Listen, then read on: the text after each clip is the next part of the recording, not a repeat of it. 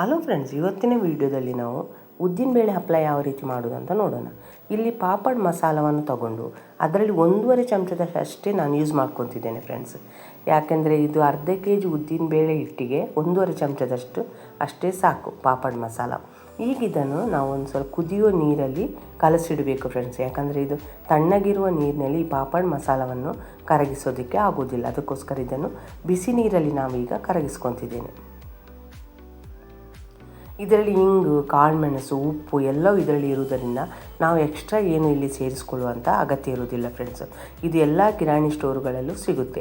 ಪಾಪಡ್ ಮಸಾಲ ಅಂತ ಕೇಳಿದರೆ ಸಾಕು ಫ್ರೆಂಡ್ಸ್. ಇಲ್ಲಿ ನೀವು ಅರ್ಧ ಕೆಜಿ ಉದ್ದಿನ ಬೇಳೆಯನ್ನು ತಗೊಂಡು ಬಿಸಿಲಲ್ಲಿ ಒಣಗಿಸಿ ಇದು ಗಿರಣಿಯಲ್ಲಿ ಹಾಕಿ ನಾನು ಪೌಡ್ರ್ ಮಾಡಿಟ್ಕೊಂಡು ಬಂದಿದ್ದೇನೆ.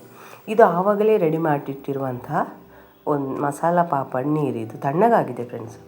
ಈಗ ಇದನ್ನು ಚೆನ್ನಾಗಿ ಮಿಕ್ಸ್ ಮಾಡಿ ಒಂದು ಸ್ವಲ್ಪನೇ ಹಾಕ್ಕೊಂಡು ಈಗ ಹಿಟ್ಟನ್ನು ಕಲಿಸ್ಕೋಬೇಕು ಫ್ರೆಂಡ್ಸ್.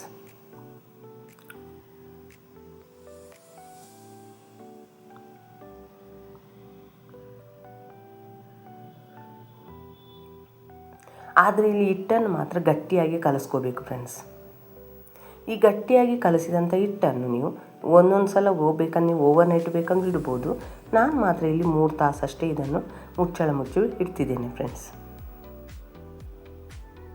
ಒಂದು 3 ತಾಸು ಆದಮೇಲೆ ನಾನು ನಿಮಗೆ ಇದನ್ನು ತೆಗೆದು ತೋರಿಸಿದ್ದೇನೆ ಫ್ರೆಂಡ್ಸ್. ಕೈಗೆ ಸ್ವಲ್ಪ ಎಣ್ಣೆಯನ್ನು ಹಚ್ಚಿ ಪಾತ್ರೆಯಿಂದ ಈ ಹಿಟ್ಟನ್ನು ಬಿಡಿಸ್ಕೋಬೇಕು. ಯಾಕಂದರೆ ಉದ್ದಿನಬೇಳೆ ಸ್ವಲ್ಪ ಜಿಗುಟಾಗಿರೋದ್ರಿಂದ ಇದು ಪಾತ್ರೆಗೆ ಅಂಟ್ಕೋಬೋದು.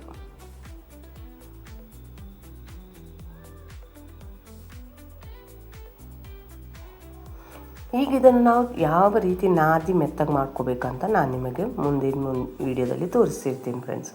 ಈಗ ಇದನ್ನು 1-2-3 ಉಂಡೆಗಳಾಗಿ ಮಾಡಿಕೊಂಡು ಇಲ್ಲಿ ನಾನು ಒಂದು ಟೈಲ್ಸ್ ಕಲ್ಲು ಮೇಲೆ ಇದನ್ನು ಈ ರೀತಿ ನಾದ್ಕೊತಿದ್ದೇನೆ ಫ್ರೆಂಡ್ಸ್. ಇದನ್ನು ಒಂದು ಕಲ್ಲಿನಲ್ಲಿ ಚೆನ್ನಾಗಿ ಜಜ್ಜಬೇಕು. ಒಂದು 5-8 ನಿಮಿಷ ನೀವು ಇದನ್ನು ಈ ರೀತಿ ಜಜ್ಕೋಬೇಕು ಫ್ರೆಂಡ್ಸ್. ಆಗಷ್ಟೇ ನಮಗೆ ಉದ್ದಿನಬೇಳೆ ಹಿಟ್ಟು ಸಾಫ್ಟಾಗಿ ಬರ್ಬೋದು. ಒಂದು 8 ನಿಮಿಷ ಚೆನ್ನಾಗಿ ಈ ರೀತಿ ನಾನು ಇದನ್ನು ಜಜ್ತಿದ್ದೇನೆ ಫ್ರೆಂಡ್ಸ್.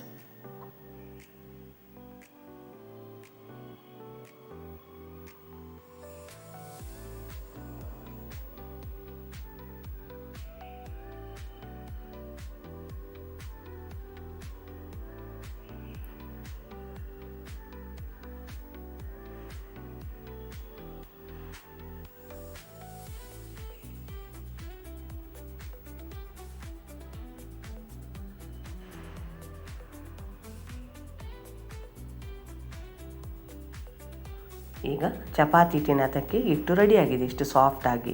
ಈಗ ನಿಮಗೆ ಯಾವ ಗಾತ್ರಕ್ಕೆ ಬೇಕೋ ಆ ರೀತಿ ನೀವು ಸಣ್ಣ ಉಂಡೆಗಳನ್ನಾಗಿ ಮಾಡ್ಕೋಬೇಕು ಫ್ರೆಂಡ್ಸ್. ನಾನೊಂದು ಸ್ವಲ್ಪ ಮಸಾಲ ಪಾಪಡ್ ಮಾಡೋದಕ್ಕೆ ಬೇಕಂತ ಹಪ್ಪಳನ ಒಂದು ಸ್ವಲ್ಪ ದೊಡ್ಡದಾಗಿ ಮಾಡ್ತಿದ್ದೇನೆ. ನಿಮಗೆ ಯಾವ ಗಾತ್ರದಲ್ಲಿ ಬೇಕೋ ಆ ರೀತಿ ಹಪ್ಪಳವನ್ನು ನೀವು ಮಾಡ್ಕೋಬೋದು ಫ್ರೆಂಡ್ಸ್. ಸಾಮಾನ್ಯವಾಗಿ ಇಲ್ಲಿ ನೀವು ಹಪ್ಪಳವನ್ನು ಲಟ್ಟಿಸೋದಕ್ಕೆ ಅಕ್ಕಿ ಹಿಟ್ಟು ಅಥವಾ ಉದ್ದಿನಬೇಳೆ ಹಿಟ್ಟನ್ನೇ ಸ್ವಲ್ಪ ಇಟ್ಕೋಬೋದು ಫ್ರೆಂಡ್ಸ್. ನಾನು ಮಾತ್ರ ಇಲ್ಲಿ ಒಂದು ಸ್ವಲ್ಪ ಅಕ್ಕಿ ಹಿಟ್ಟನ್ನು ಹಾಕ್ಕೊಂಡು ಇದನ್ನು ಲಟ್ಟಿಸ್ಕೊತೇನೆ. ಆದರೆ ನಾವು ಈ ರೀತಿ ಉಂಡೆಗಳನ್ನಾಗಿ ಮಾಡ್ಕೊಂಡ್ಮೇಲೆ ಅದನ್ನೊಂದು ಪಾತ್ರೆಯಲ್ಲಿ ಹಾಕಿ ಮುಚ್ಚಳ ಮುಚ್ಚಿಡಬೇಕು. ಯಾಕಂದರೆ ಗಾಳಿಯಲ್ಲಿಟ್ಟರೆ ಒಣಗೋಗ್ಬಿಡುತ್ತೆ ಫ್ರೆಂಡ್ಸ್. ಈಗ ಇಲ್ಲೊಂದು ಚಪಾತಿ ಮಣೆಯನ್ನು ತಗೊಂಡು ಅದಕ್ಕೊಂದು ಸ್ವಲ್ಪ ಹಿಟ್ಟನ್ನು ಹಾಕ್ಕೊಂಡು ಈ ರೀತಿ ಲಟ್ಟಿಸ್ಕೋಬೇಕು ಫ್ರೆಂಡ್ಸ್. ಕೆಲವರು ಎಣ್ಣೆ ಹಾಕಿ ಲಟ್ಟಿಸ್ತಾರೆ, ಆದರೆ ವರ್ಷಾನುಗಟ್ಟಲೆ ಇಡೋದರಿಂದ ಆಮೇಲೆ ಸ್ವಲ್ಪ ಆಯಿಲ್ ಸ್ಮೆಲ್ ಬರೋದಕ್ಕೆ ಶುರು ಆಗುತ್ತೆ. ಅದಕ್ಕೋಸ್ಕರ ಹಿಟ್ಟು ಹಾಕಿನೇ ಹಪ್ಪಳನ ಯಾವಾಗಲೂ ಲಟ್ಟಿಸ್ಕೋಬೇಕು ಫ್ರೆಂಡ್ಸ್. ಈಗ ಇದನ್ನು ನಾನು ರಾತ್ರಿ ಫ್ಯಾನ್ ಗಾಳಿಯಲ್ಲಿ ಒಂದು ಪೇಪರ್ ಮೇಲೆ ಹಾಕಿ ಒಣಗಿಸ್ತಿದ್ದೇನೆ ಫ್ರೆಂಡ್ಸ್. ಲಟ್ಟಿಸಿದ ಕೂಡಲೇ ಡೈರೆಕ್ಟಾಗಿ ಬಿಸಿಲಲ್ಲಿ ಒಣಗಿಸ್ಕೋಬಾರ್ದು.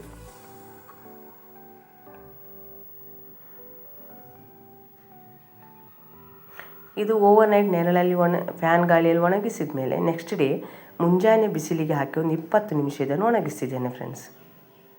ಈಗ ನಿಮಗೆ ಎಣ್ಣೆಯಲ್ಲಿ ಫ್ರೈ ಮಾಡಿ ನಾನು ಈ ಹಪ್ಪಳವನ್ನು ತೋರಿಸ್ತಿದ್ದೇನೆ.